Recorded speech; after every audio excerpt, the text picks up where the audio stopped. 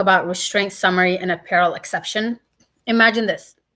You have a big box of different kind of yarns and threads that you can use to make clothes. Some yarn come from plants, some from animals, and some are made by people in factories. Special rules for counting yarn types. Usually, when deciding how to tax or limit the amount of yarns and threads called textiles that comes into the country, we look at what kind of yarn make up the most fabric. That is like saying if most of yarn is cotton, we call it cotton fabric. Exception for wool. There are special rules for wool. If a piece of clothing is mostly made of man-made yarn like polyester, but has a certain amount of wool mixed in it, we treat it as wool for taxes and limits, quotas. For example, if a knitted shirt is mostly man-made yarn but has 23% more wool, it's treated like wool shirt. If a woven shirt in a different way of making fabric is mostly man-made yarn, but 36% or more is wool, it also is treated like wool shirt. Other special cases, there's also rules for fabric made from mix of different yarns. If a fabric is made from a blend of non-cotton plant yarns and silk, but it has 50% or more of cotton and wool and man-made yarns combined, or more than 17% wool, it gets special treatment too. These rules help us decide how much taxes to charge and how many of these fabrics can be brought into the country. It's like having special labels on your yarns that tell you how to treat them when you're making clothes. Hi, my name is Sumaya Jibril. I'm the CEO of Phoenix Global. We do import textile consulting.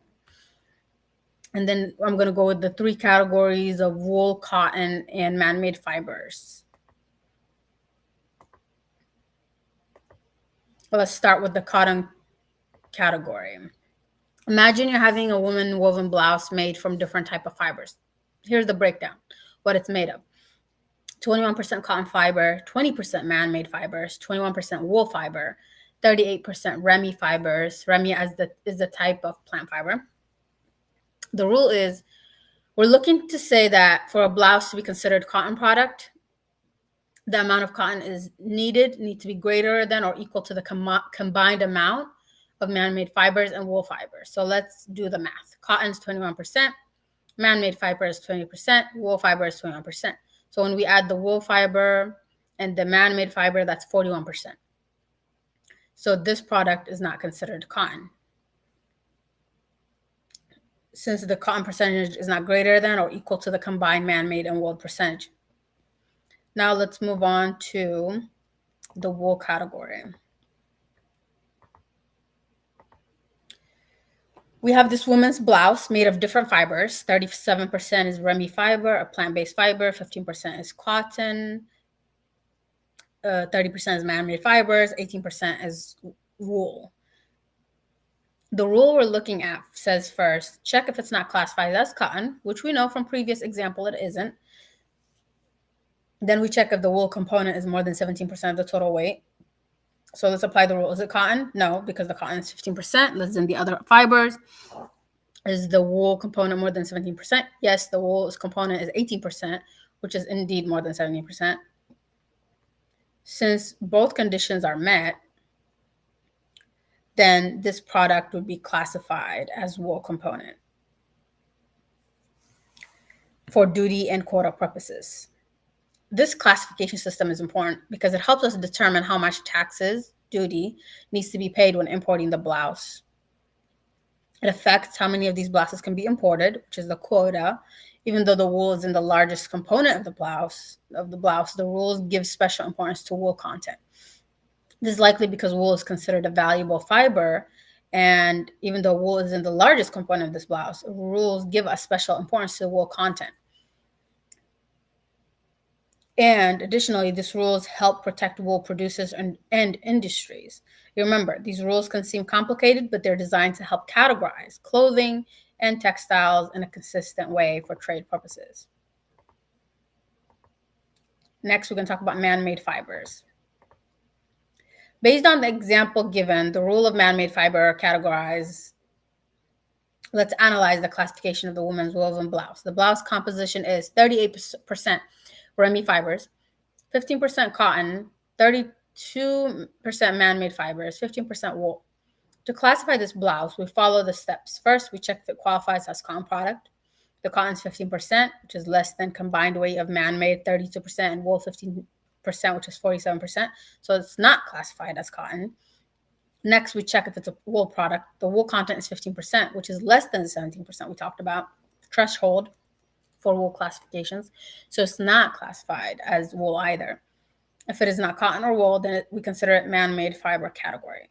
Since the blouse doesn't meet the criteria for cotton or wool classification, it falls into the man-made fiber category by default.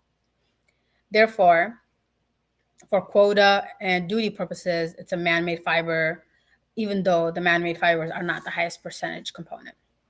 The classification system prioritized cotton first, then wool, then finally man-made fibers. The presence of Remy fiber, a plant-based fiber, doesn't affect the classification in this hierarchy, even though it's the largest component by weight. This example illustrates how complex tariff classifications can be, and how it doesn't always simply rely on the highest percentage component. Instead, it follows a specific hierarchy and sets of rules to determine the final classification for trade purposes.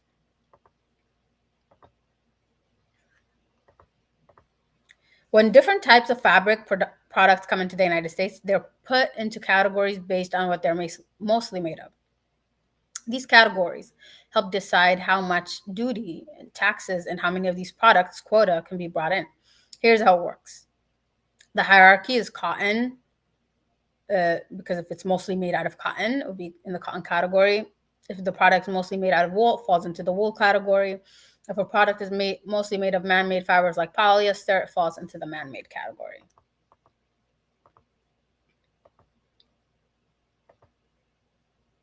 Now let's talk about duties and quotas.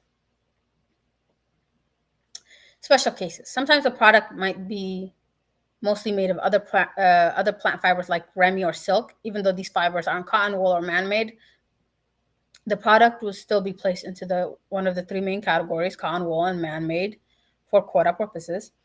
What is import duties? Import duties is the tax paid on products when they come into the country, even if a product is mainly made of other fibers.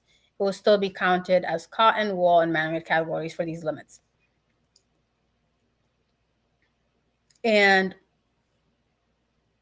the HGS reference is a big book of rules that help classify products.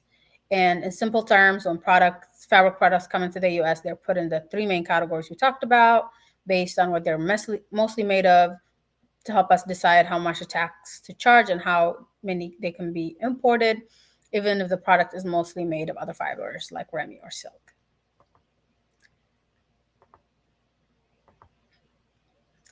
We are Phoenix Global. Contact us. We do textile import consulting. You can reach us at info@phoenixglobalshipping.com and telephone number at